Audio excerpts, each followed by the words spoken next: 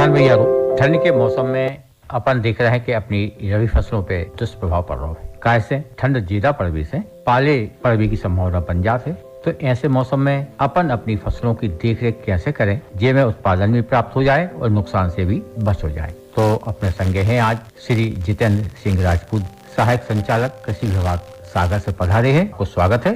तो किसान भैया के लाने ये ठंड के मौसम में अपनी फसलों को कैसे ध्यान रखें, कौन कौन सी बातों को ध्यान रखें जिससे उत्पादन भी हो जाए और उनको नुकसान भी न हो पाए। नमस्कार किसान भाइयों, वर्तमान जो समय है अभी शीत का जो है प्रकोप बढ़ गया है और लगातार जो है उत्तर पश्चिमी हवाएं चल रही हैं। तो इस स्थिति में क्या होता है कि तापमान में गिरावट आती है। तो तापमान में गिरावट होती है तो इस समय पे पाला पड़ने की ज्यादा संभावनाएं होती हैं और मुख्यतः सब्जी वाली फसलों में पाला पड़ने की अधिक संभावनाएं होती हैं। तो पहले तो हमें समझना जरूरी ये होगा कि पाला होता क्या है। जी। तो पाला मुख्यतः दो तरह का होता है, एक समांतर पाला और दूसरा विकर्णी। जब शीत लहर जो है ठंडी हवाएं चलती है उस समय अपन उसको समांतर पाला कह सकते हैं, और दूसरा जब आसमान साफ होता है और हवा बिल्कुल नहीं चलती और टेम्परेचर लगातार गिरता है तो अपन उसको विकर्णी पाला कह सकते हैं। यानी अपन एक अनुमान लगाएं किसान भाइयों कि जो 4 डिग्री सेंटीग्रेड है, यदि उससे कम हमारा तापमान आ जाता है और आसमान साफ होता है तो उस स्थिति में जो पौधे के अंदर रस होता है या पौधों के ऊपर की जो ओस की बूंदें होती है वो जम जाती हैं। जिस तरह से हमारे मानव शरीर में ब्लड होता है इसी तरह से हमारे जो पौधे हैं पौधों में भी रस बहता है, वो जम जाता है और उसके जमने के कारण जो है पौधा सूख जाता है या झुलस जाता है और एक तरह से वो खत्म हो जाता है। तो हमारी इसमें जो सब्जी वाली फसलें हैं सबसे ज्यादा प्रभावित होती हैं। इसमें जो है पौधों की कोशिकाएं फट जाती हैं और फूल फल नहीं लगते हैं और उपज एकदम से गिर जाती है। तो सबसे पहले हमें इसके बचाव की बात करना चाहिए। तो सबसे पहले हम जब बचाव की बात करें तो किसान भाई जो कि लगातार देखते हैं कि किस समय पाला पड़ता है, कुछ इंडिकेशन मिलते हैं जैसे अभी मैंने बताया है कि 4 डिग्री टेम्परेचर से कम तापमान हो जाए, आसमान साफ हो, हवाएं चल रही हो या ना भी चल रही हो, सुबह सुबह पाला पड़ता है।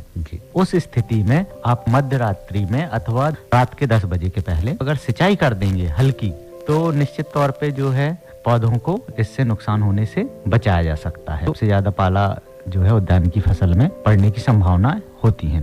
तो उसमें जो घुलनशील गंधक होता है 80% WP को 2 से 2.5 ग्राम मात्रा यदि प्रति लीटर पानी में घोल करके आप छिड़काव करेंगे तो इससे भी काफी हद तक जो टेम्परेचर है वो बढ़ जाता है फसलों और इससे फसलों को बचाया जा सकता है। और एक और उपाय है, चूंकि ये हालांकि मिलता नहीं है, यदि व्यावसायिक गंधक आपको मिल जाता है उसका 0.1% का घोल यानी 1 मिलीलीटर दवा को 1 लीटर पानी में डाल करके यदि छिड़काव करेंगे तो भी आप पाले से निजात पा सकते हैं। लेकिन इसमें ध्यान रखने वाली बात यह है कि इसमें अगर आपने थोड़ी सी भी इसकी मात्रा बढ़ाई तो फायदे की जगह पे नुकसान हो सकता है। और एक महत्वपूर्ण चीज है कि नर्सरी जो हम तैयार करते हैं, पौध नर्सरी बोलते हैं, तो नर्सरी को सबसे ज्यादा प्रभावित करती है ठंड। तो इस स्थिति में जब टेम्परेचर 4 डिग्री से कम हो तो हमारे जो नर्सरी में लगे हुए पौधे हैं तो उस नर्सरी को किसी न किसी चीज से कवर हमें कर देना चाहिए।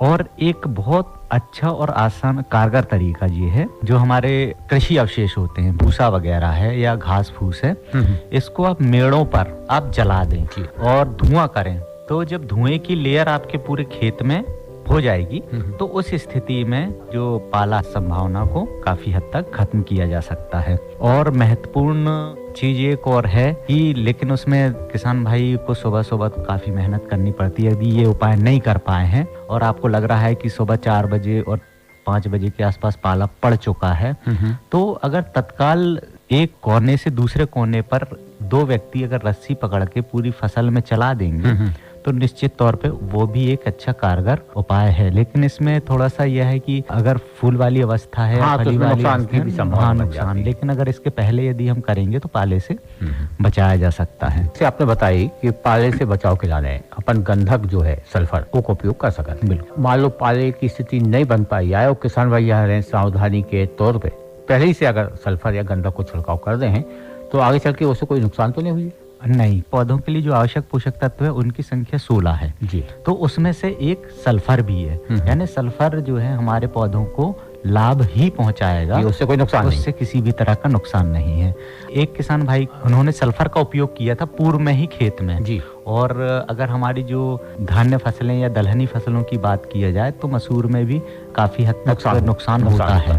तो उनके एक खेत में जिसमें सल्फर उन्होंने डाला था, जो भी जुताई के समय पे कुछ दिन पहले भी अभी ठंड इस तरह की पड़ी थी और काफी सब्जियों में भी पाले का प्रकोप हुआ था, तो उस समय उन्होंने बताया कि जहां उन्होंने गंधक का उपयोग किया था उसमें पाला बिल्कुल नहीं पड़ा और उसके जो बगल वाली फसल है वहां उनको नुकसान हुआ है। तो गंधक से किसी भी तरह का नुकसान नहीं है। तो एक अच्छा उपाय है किसान भैयाओं के लाने कि वे अगर चाहें, अगर संभावना लग रही है तो पहले से गंधक को छिड़काव कर रहे हैं तो उसे नुकसान कौन होने हुई है बल्कि लाभ ही हुई है।